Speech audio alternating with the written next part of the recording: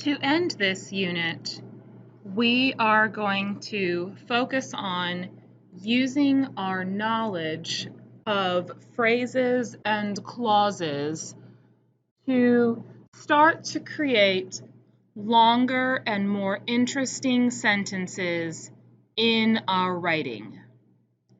There are three main types of sentences. Tonight, we will discuss two of these types of sentences: simple and compound. So by the end of tonight's video, all students will be able to identify the difference between compound and simple sentences. Let's begin by learning a little bit about simple sentences.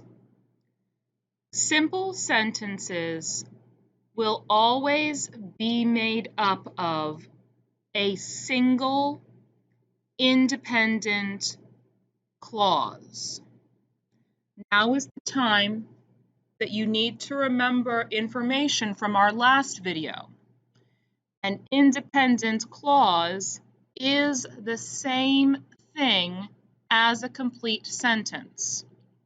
We now know that one independent clause can also be called a simple sentence.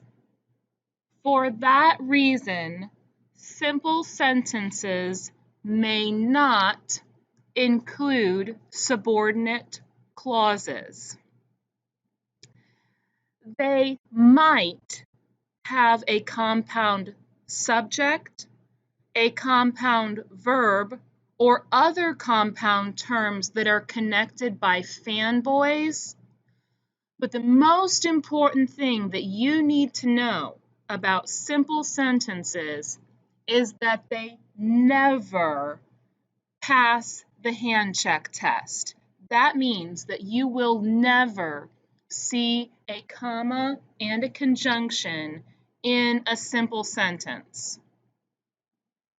Finally, I'd like to caution you that just because we call simple sentences simple, that does not necessarily mean that they are short. The length of a sentence has nothing to do with whether or not the sentence is actually a single independent clause. Compound sentences consist of two or more independent clauses. Another way to say that would be when you take two simple sentences and put them together, you create what is called a compound sentence. Compound sentences may or may not also have subordinate clauses, but they will always pass that hand check test. Always, always, always within them, you will see the comma and the fanboys conjunction, or you will see the semicolon mark. I'd like to take a moment now to review the semicolon mark with you. The semicolon, which looks like a period on top of a comma, is used to replace a comma and a fanboys conjunction. You can see an example of this on your screen at this time. The sentence reads, Cameron likes carrots, comma, but Betsy likes peas. And then with the semicolon, we can create the same compound sentence. Cameron likes carrots, semicolon. Betsy likes peas. Notice again that the semicolon replaced the comma and the fanboys conjunction.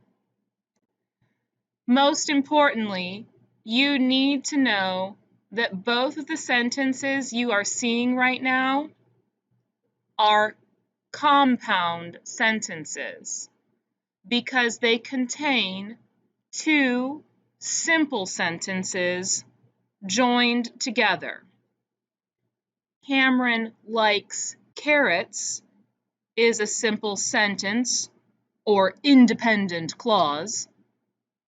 Betsy likes peas is a simple sentence or independent clause.